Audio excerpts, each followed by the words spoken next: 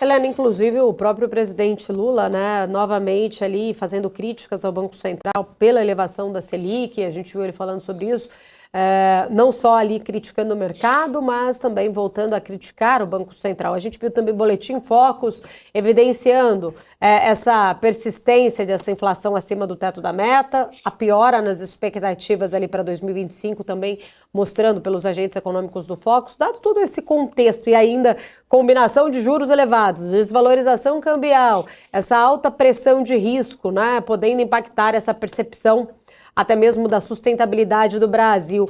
Diante de todo esse cenário, né, queria entender um pouco da tua leitura, o pacote que de fato não reancorou essas expectativas.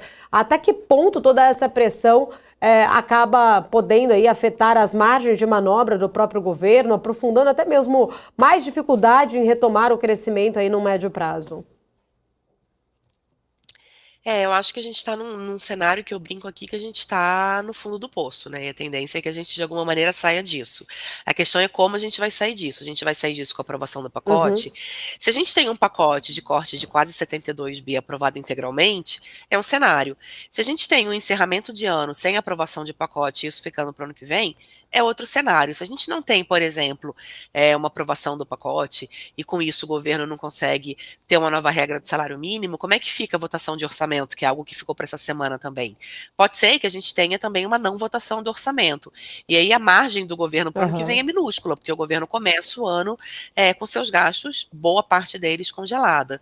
Além disso, como é que os juros se comportam? Não adianta o presidente falar que os juros estão altos e dizer que a gente tem uma inflação comportada, enquanto a gente vê as expectativas na Focus extremamente desancoradas. Me parece que o Banco Central, agora que ele deu esse guidance de mais duas altas de 100 pontos, ele precisa seguir. Né? Se a gente começa a ver pressão do governo em cima do Banco Central e o Banco Central eventualmente não seguindo o guidance que ele deu, o cenário é muito pior.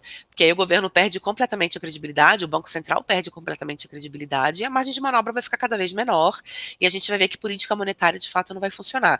Então eu diria que a gente nesse momento está no olho tá no fundo do poço mesmo, está no centro de todo o estresse e a tendência não quer dizer que a gente vai ter um cenário maravilhoso daqui para frente, mas a tendência é que as coisas Uhum. comecem a se encaminhar de uma forma ou de outra e com isso a gente comece a ver o mercado tentando se normalizar. Se isso não acontece, se a gente não vê, como eu falei, uma aprovação de um pacote, orçamento aprovado para o ano que vem, aí a gente começa um ano com um cenário ainda de muita aversão a risco, o governo com pouca credibilidade, o Banco Central por enquanto, tem se mostrado o único responsável nesse cenário todo, e aí o mercado joga toda a sua expectativa em cima do Banco Central, e aí cada crítica que o governo faz para o Banco Central aumenta a volatilidade, porque aumenta o risco do Banco Central não cumprir o guidance, enfim, vira uma bola de neve que a gente esperaria não estar vivendo, mas é um risco relevante de acontecer, sim.